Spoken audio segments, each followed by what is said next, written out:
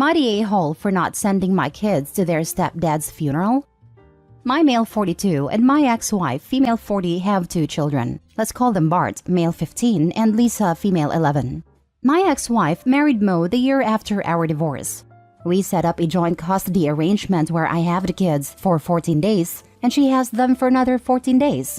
I had never even known Mo beyond being my ex-wife's new husband, but I respect him, and I do not interfere in their relationship at all. Unfortunately, Mo died, and my ex is devastated now. She seems to really like him, and this is a hard time for her. All of this happened while the kids were with me. My ex-wife called me to bring the kids to the funeral, and I said it would be fine, no problem. I told the kids that, and I was surprised when they told me they didn't want to go. Bart even said, "We're glad he died." I was shocked. He never said that about anybody. Lisa also said she didn't want to go, and she just wanted to stay here with me. I asked them many times if they were sure, and they said yes over and over again. So I called my wife and told her that I wouldn't drive them to the funeral. They just didn't want to go. She asked for a moment.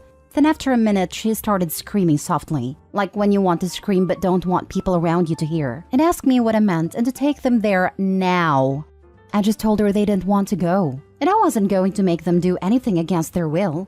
So she started calling our kids. Bart answered his phone, and he just said, "No, Mom, we don't want to go. Get over it," and hung up. After a while, I hear a loud bang on my door. I open it, and it was my ex-wife. She immediately gets into my house and starts looking around to get Bart and Lisa. My ex asked me where they were, and I just told her in their room.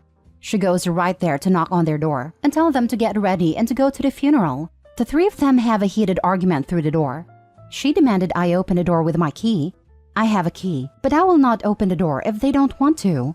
Then she tries to get into my room, finds my bunch of keys, and says, "Which one is it?" I get pretty fed up, so I tell her to leave or I'll call the police. And she yells at me, "I'm their mother. They will come with me." So I yell back, "I'm their father, and we have an agreement. Now leave." She finally leaves, but not before saying that she will take me to court for parental alienation. The kids leave their room about half an hour later, apologizing for all the trouble.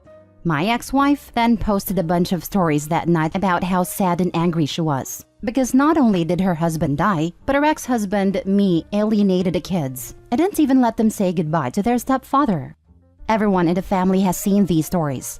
And now tell me I'm a heartless, vindictive ex who's using the kids to punish my ex at her worst moment.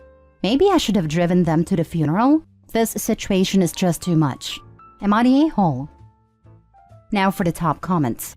I have so many questions. Did you ask the kids why they were glad he was dead? Did you ask the kids why they didn't want to go and support their mother? Did you even frame it to them as, it's not about the stepfather, but about being there for her? You know, because she was in pain and wanted her children there with her? There has to be more to this story. Teenagers are selfish and might have only been thinking of their feelings. So why don't they care about Mom?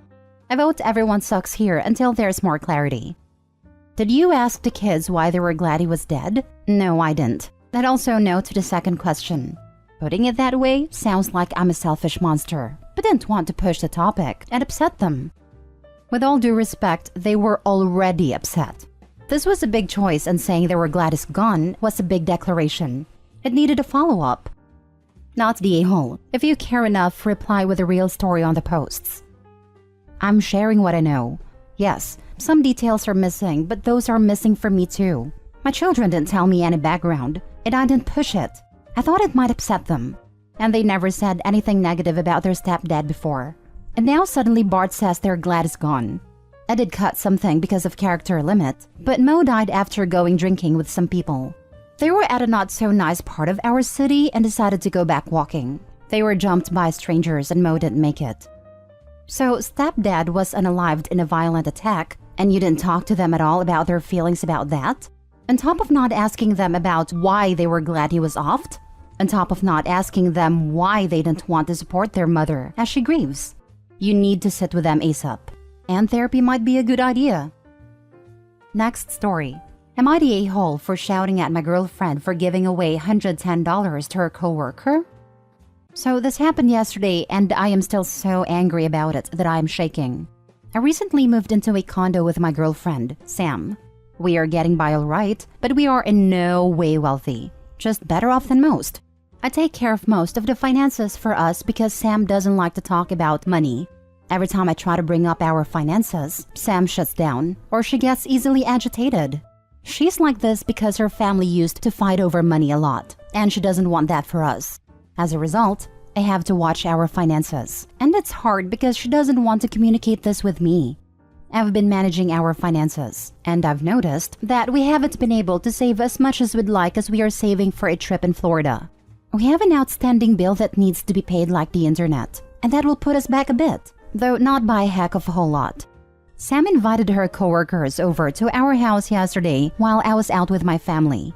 One of her coworkers, Daniela, was also there. Daniela's boyfriend passed away recently, and she has been struggling to take care of herself and her kids. So Sam decided to give Daniela $110 as she felt bad for her situation. I came home a few hours after everyone left, and Sam told me what she did. Sam thought I would have been very proud of her, but I was furious, and she could see it. I tried very hard not to lose my temper, but then Sam said, "It is my money, and it's my money to give." This really set me off, and I said, "Excuse me? But this is our money. We pulled our expenses together. I don't mind it if you gave her some of our coupons, $20 or some of our gift cards we have, but $110? What the heck is wrong with you?"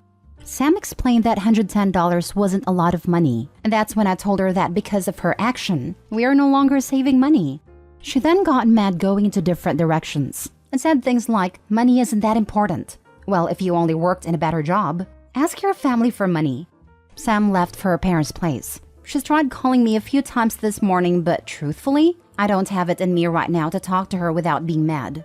Am I wrong though? I understand she was trying to do the right thing, but what really upsets me about this is that she didn't even talk to me about this before giving Daniela the $110.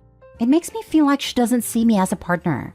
Edit: I realize I didn't add this in and I apologize. The money came from our joint account. Everyone sucks here. You are correct. She does not see you as a partner, and refusing to talk about finances is very unhealthy for a relationship. That said, your reaction has only cemented her reasoning for not discussing finances with you. I don't see this lasting unless you can both pull your heads out of your butts and talk to each other like adults. So a really critical component is off limits because she can't handle it? BS. Do you see how he reacted? He is shaking in anger, writing a Reddit post many hours later. I don't blame her for not wanting to talk to him about money. That is an incredible overreaction. Because giving away money you can't afford to is scary, and it shows she has no respect or concept of how the world works, and continues to bury her head in the sand whilst giving out free money. It's ludicrous. Depends on your perspective of afford. To Sam, it seems they could afford it because they had at least that much in their account. To OP, they can't afford it because the amount stopped their savings.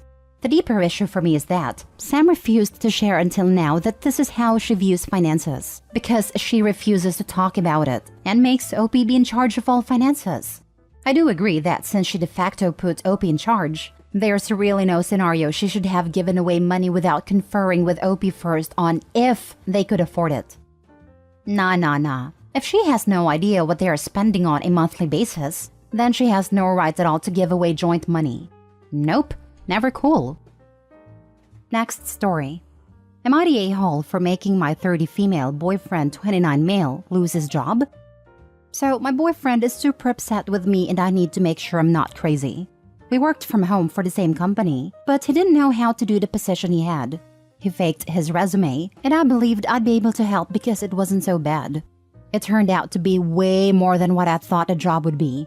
I was having to do both his and my job every day. And even though the schedule was 8 to 5, he wouldn't wake up until 10:30 every day, leaving me alone with both jobs and our 2-year-old. I let it be known for weeks that I was really stressed, and this job was killing me. Fast forward to last Monday. For some reason, I had this feeling he was being sneaky, so I looked through his phone. I know it's wrong. But anyway, he was on Tinder and messaging some girls in IG, so I was understandably upset. I chose not to do his job or even log on for him that day. He ended up losing his job and was like, "Well, you got what you wanted. Now it's your responsibility to pay the bills all in your own salary." Am I the a-hole here? I don't feel wrong in the way I feel, but it's making me feel guilty for basically screwing over our family and being immature. Now for the top comments. Girl, WTF. I'm going to say you're the a-hole. And by that, I don't mean you're an a-hole to him. I mean you created the situation by doing his job in the first place, despite it being against your best interests. You draw the line at cheating and not at employment fraud? Yeah, there's two conflicts here. One with her and her boyfriend, where she's not the a-hole because he's a deadbeat and a cheater, but she is the a-hole to her employer for swindling them. Employer is irrelevant, given that they'll screw her without a second thought. The important thing is, she's the a-hole to herself. This may fall into actual crime/fraud territory. Even if it doesn't, she's basically given her awful boyfriend a surefire way to get her fired from her job if he gets vindictive. You're the a-hole to yourself. A level of gullibility and manipulation here is amazing. He lied about his qualifications and got you a second job. You're working one job for you and one for him. Then he screams at you for effectively quitting the second job. Given the level of lying and manipulation, why would you be surprised to find that he's also lying about being faithful? Choose a new boyfriend who doesn't lie and who doesn't require you to go along with his lies. She was working 3 with watching their child. She actually has 2 children, the deadbeat she procreated with and their child. Not the a-hole, but if you stay with him, you are the a-hole to yourself and child. Everyone sucks here, but your boyfriend is worse. You both work together to commit fraud against your employer, which is what has created that situation. He cheated on you while leaving you to deal alone with the stress that your joint decision to defraud your employer was causing. So while you maybe should have told him you would no longer be doing the job for him, so he had the opportunity to at least try to keep his job, although I imagine he would have struggled, he is definitely still worse. You should be cautious with your next move though. If he decides he has nothing else to lose and tells your employer what happened, you would probably also lose your job. Last story. Am I the a-hole for not accepting a free vacation to help out my stepdad? When I was younger, I went on an overseas trip with my mom and stepdad to go see a side of the family. Almost as soon as we landed, they started arguing. I was sent outside, and when I came back in, my mom was acting cagey. She told me one of my stepdad's cousin was getting married in 2 days, but not to worry about it. She kept saying that and was acting really strange, so I kept pushing until she explained. Yes, the cousin was getting married, but only symbolically.